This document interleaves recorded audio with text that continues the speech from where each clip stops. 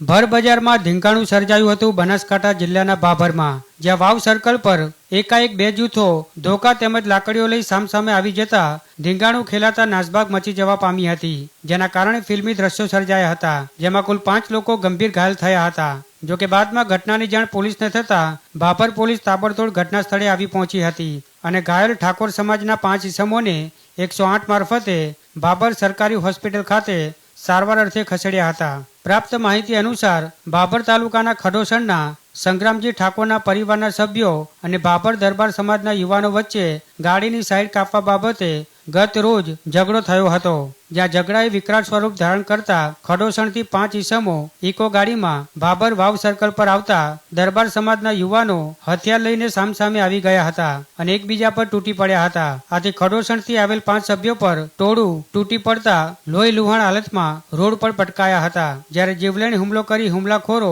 ત્યાંથી નાસી ગયા હતા. ઠાકોર સમાજના લોકો પર હુમલો થતા ઠાકોર સમાજના લોકો તેમજ ધારાસભ્ય સ્વરૂપજી ઠાકોર પોલીસ સ્ટેશન પહોંચ્યા હતા અને ફરાર આરોપીઓને જલ્દી પકડી પાડવાની માંગ કરી હતી.